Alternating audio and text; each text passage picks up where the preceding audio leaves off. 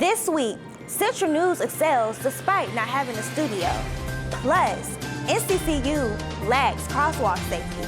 This is Central News.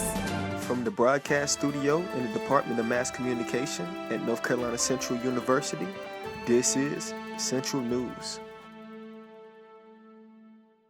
I'm Shadeja Pittman, and thank you for tuning in.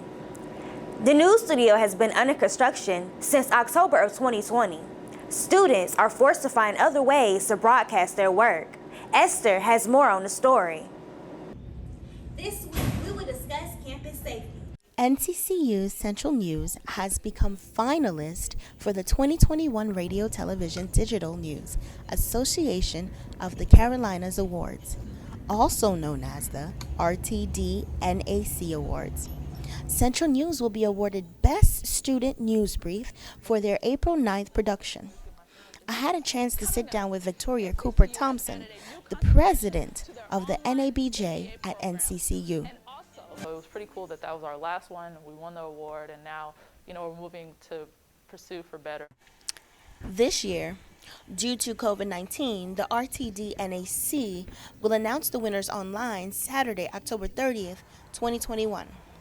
The mass communication students here at NCCU have been doing their best to put together their news reports and productions without a news studio. Victoria Cooper Thompson shares that if it wasn't for her job at WRAL, she would not have had a real news experience. If we were able to be in the studio, we would have had a better experience. It has been a year since the bathroom pipes bursted in the men's bathroom on the first floor near the television studio and ruined the studio.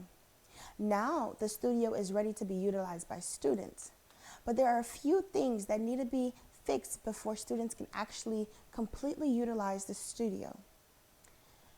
Studio manager Felicia Casey Hicks has taken me on a tour throughout the studio to reveal to me the broken equipment within the studio. The issues that happen because of this rack getting wet, because this is the brains of everything you see in the studio. The flood occurred in October and the condensation occurred in May, leaving double the trouble to be fixed in the studio. Although the water damage in the studio has been cleaned up, the damage from the condensation has caused a malfunction in the equipment. The switcher, which is this, and the audio board and the cameras are out of sync together.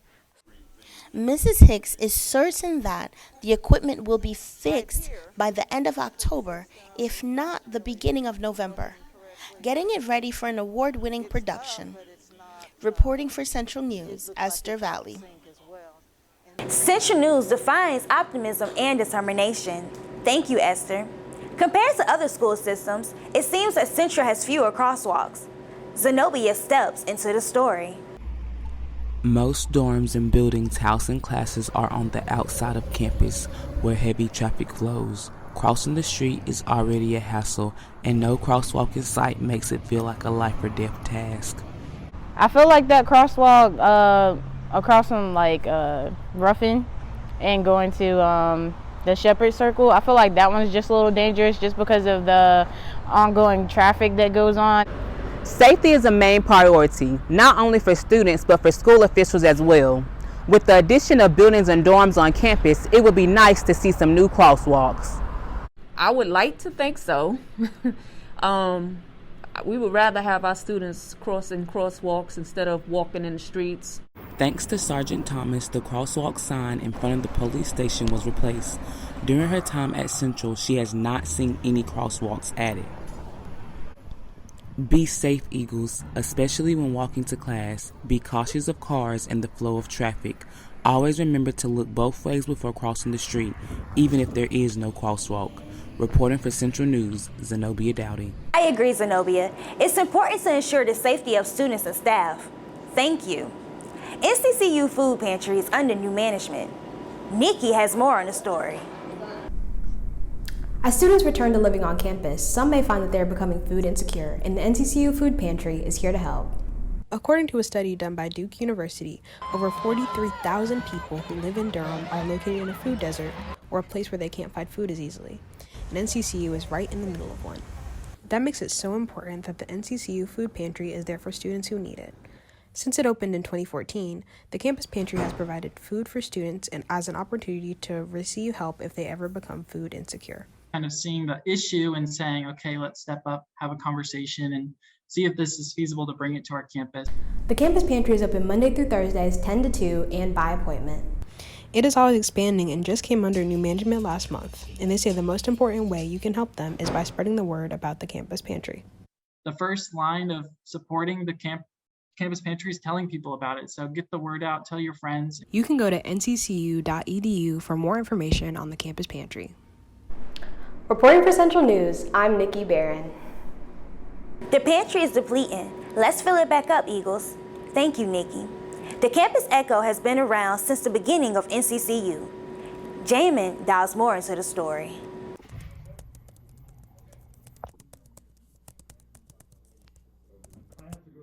Thank you. The Campus Echo is a student-ran newspaper that started printing newspapers in 1927. The Campus Echo helps students find stories and teach students how to conduct interviews. I spoke to Dr. DePlesser about the Campus Echo and how students can get involved. Oh, yeah, it's the paper is open to any student in North Carolina Central. There's no application process. There's nothing.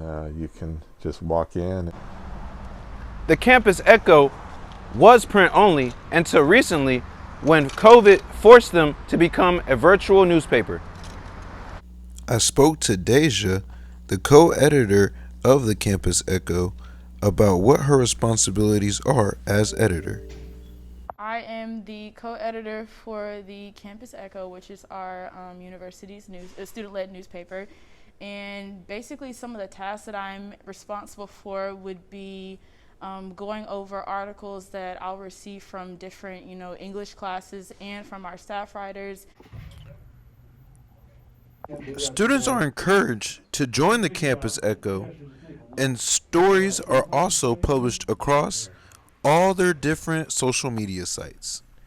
Reporting from inside the Echo Lab, for Central News, Jamin Wade. Do you hear that? The Campus Echo is calling. Thank you, Jamin. The second Sunday in October is Clergy Appreciation Day.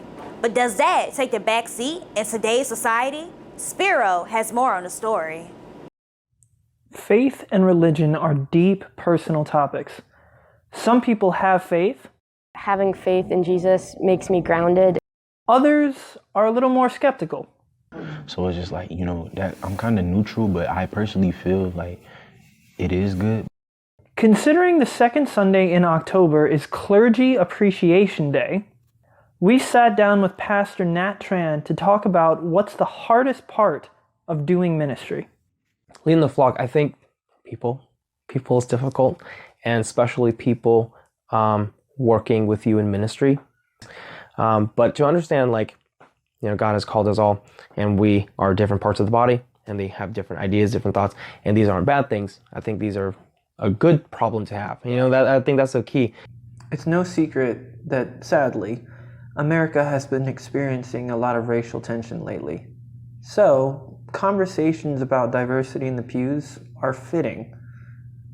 In regard to his congregation's diversity, Pastor Tran had this to say. It's intercultural in the fact that we operate from a lot of different cultures and a lot of backgrounds represented.